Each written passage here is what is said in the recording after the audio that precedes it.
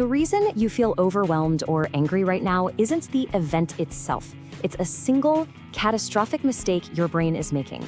We'll show you the counterintuitive psychological technique that instantly changes your emotional response to anything. You know, this one idea, if you really get it, it changes everything. We're all taught to think of our emotions as these, uncontrollable forces, like waves just crashing over us. That frustrating email lands in your inbox and bam, you feel that immediate flash of anger. A project deadline gets moved up and whoosh, a wave of overwhelm just hits you. We just assume the event causes the feeling. But what if that's just fundamentally wrong? What if the feeling isn't a direct result of the event, but a result of the story you immediately and automatically tell yourself about it? This is the huge paradox of emotional control. Your feelings aren't facts you have to just endure. They are stories, malleable stories that you can actively, consciously edit. So the tool that gives you this incredible editorial power, it's called Cognitive Reappraisal. And this isn't some self-help trick. It's a scientifically validated technique for reframing the meaning of an event before it locks in an emotional response. Now, this isn't about suppression, pretending you don't feel something. Not at all. It's about consciously choosing the lens through which you view a situation. And by doing that, you fundamentally alter the emotion it creates. It is the difference between being a passive audience member in your own life and stepping into the director's chair. So in this masterclass, we are going to walk through the entire system. First, we'll dive into the emotional paradox. Then we'll diagnose the hijacking problem that keeps so many of us stuck. From there, we'll unpack the reappraisal framework and the science of why it's so powerful. Then, the best part, we'll give you a precise 3-step protocol you can use right away. And finally, we'll talk about what it really means to become the editor of your own mind. Okay, so our emotional state is a direct result of our interpretation, not the event itself. Let's make this real. Imagine 2 people get the exact same piece of critical feedback from their boss. This report needs significant work. Person A's automatic story is, I'm failing. My boss thinks I'm incompetent. And what's the emotional result? Shame, anxiety, zero motivation.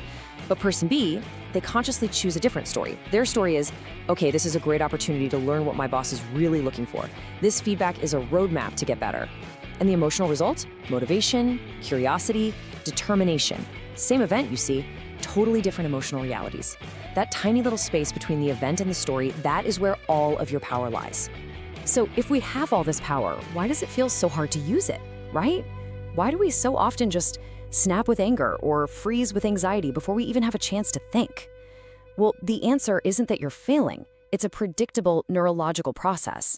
And understanding this process is the first crucial step to actually solving the problem. This is what neuroscientists call an emotional hijacking. And you know what? It's an evolutionary feature, not a bug. Your amygdala, that's the brain's alarm system, it's designed to detect threats and react instantly. We're talking fight or flight. It is incredibly fast. The problem is, it's not very smart. It can't tell the difference between a real physical threat, like a tiger, and a modern one, like a critical email. So it just hits the big red panic button, flooding your system with stress hormones and basically shutting down your prefrontal cortex, the logical, rational, strategic part of your brain. In that moment, you literally can't think straight. Think about this internal conflict in terms of 2 systems. System 1 is your automatic brain. It's fast, it's impulsive, it's emotional. That's your default reaction. System 2 is your strategic brain. It's slow, deliberate, and logical. So, an emotional hijack? That's when System 1 yanks the controls, throws System 2 right out of the cockpit, and puts the whole plane into a nosedive. Now, our goal isn't to get rid of System 1. We need its instincts. But it's to make sure System 2 always remains the calm, capable pilot in charge. And make no mistake, this isn't just a mental event. It is deeply physical. During a hijack, your body is flooded with the stress hormone cortisol. It takes you from a calm, baseline state to a state of high alert. And this cortisol spike doesn't just feel awful, it actively damages your ability to think. It shuts down creative problem solving, effective communication, rational decision making. You are quite literally less intelligent when you're emotionally hijacked. And that is the true cost of letting your emotions run the show. So, we've defined the problem, a fast, automatic, and incredibly costly hijack. The solution then isn't about more willpower. It's not about just trying to be calm. It's about having a better system. And cognitive reappraisal, that is the system. It's an elegant, structural solution designed specifically to interrupt the hijack before it can even take hold. The framework is beautifully simple. It's just 3 steps. First, you catch and pause. This is all about creating a deliberate gap between the trigger and your usual reaction. Second, you run the reappraisal drill. This is the heart of the technique, where you actively challenge and rewrite that initial negative story. And third, you perform an action translation. This is where you convert your new, more resourceful emotional state into productive forward momentum. This isn't just a theory, folks. It's a repeatable process. All right, now that we have the framework, let's look under the hood at the science. Because it's one thing to know how to do something, but understanding why it works, that's what builds the conviction to actually practice it. And practicing cognitive reappraisal isn't just a coping mechanism. It is a form of mental training with profound neurological benefits that literally physically rewires your brain. So let's go back to our two key brain regions. Think of the amygdala as the company's hypersensitive fire alarm. It sends out a fast, raw, emotional signal at the slightest hint of trouble. Fire, fire, fire! The prefrontal cortex, or PFC, that's the company's CEO. The CEO has the executive function to look at the data, assess the situation calmly, and decide if it's a real fire, or if it's just Dave burning popcorn in the break room again. Cognitive reappraisal is the act of engaging the CEO to go and calm down the alarm. And the more you do it, the stronger and faster that connection becomes. Okay, so this practice creates 3 really powerful changes in your brain. First, like we just said, it physically strengthens the neural pathways that allow your PFC, your CEO, to calm the amygdala. You get better and faster at hitting the mental brakes. Second, it reduces something called affective forecasting error. That's just a fancy term for our tendency to overestimate how bad future events will make us feel. By forcing you to consider other stories, CR corrects this bias. And third, it conserves your finite cognitive resources. Emotional hijacks are mentally exhausting. They drain your battery. By preventing them, you save that precious energy for what really matters, solving problems and doing deep work. Okay, theory is great, but let's get down to brass tacks. How do you implement this system in the heat of the moment starting today? This next part is a highly practical, step-by-step protocol. No ambiguity, just a clear set of actions. The moment, the very second, you feel that spike of a negative emotion, anger, fear, frustration, whatever, your first move is non-negotiable. You stop. You execute a 5-second neural pause. This means you take one slow, deliberate breath for a count of 5. And as you do this, you mentally label the feeling. But here's the key. Don't say, I am angry, because that fuses your identity with the emotion. Instead, say, this is the feeling of anger. That simple act of pausing and labeling creates this tiny pocket of cognitive space. It separates you, the observer, from the emotion, the thing being observed. It's the circuit breaker that stops the hijack in its tracks.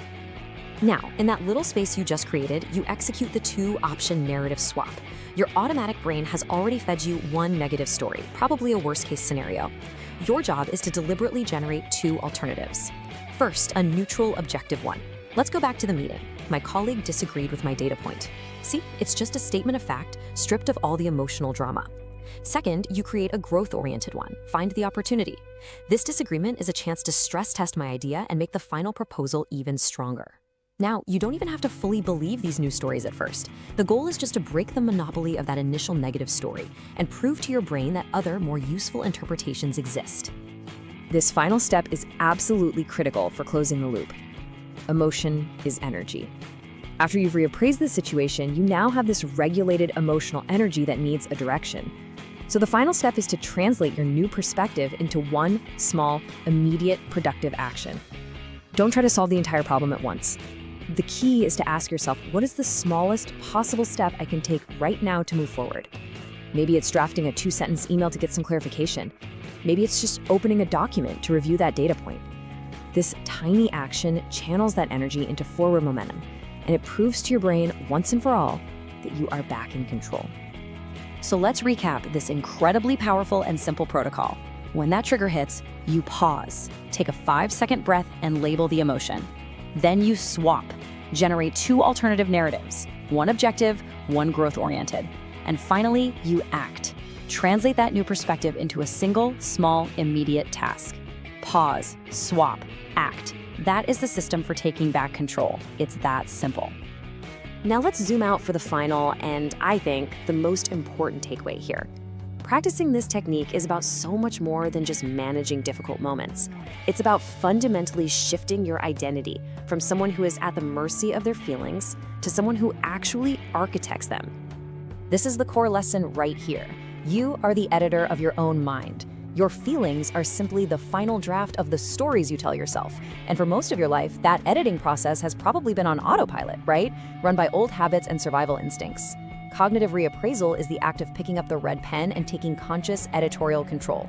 You get to decide which sentences to keep, which to delete, and which to rephrase to create a more powerful and productive story. Ultimately, you have to make a choice. You can continue to let these automatic, unexamined negative stories dictate your behavior, your decisions, and your stress levels. Or you can start using this structural system to intentionally and instantly gain control over your emotional life. It's a skill, and just like any other skill, it gets stronger every single time you use it. So this entire masterclass, it really comes down to a single question. It's a direct challenge to you. You don't have to master this whole system overnight, but can you commit to just the first step? The very next time you feel that negative emotional spike, maybe tomorrow at work, maybe at home, will you commit to executing just one 5-second neural pause? That one small action, that is the beginning of everything. Remember that cognitive reappraisal solves the core problem of emotional reactivity and chronic stress. And why this matters so much is that it gives you a systematic way to gain instant control over your feelings and maintain that crystal clear thinking when you need it most. We've seen how the framework of the neural pause and the reappraisal drill connects directly to the psychology of strengthening your prefrontal cortex and channeling that emotional energy into constructive action. At the end of the day, productivity isn't about doing more. It's about mastering systems that make focus effortless.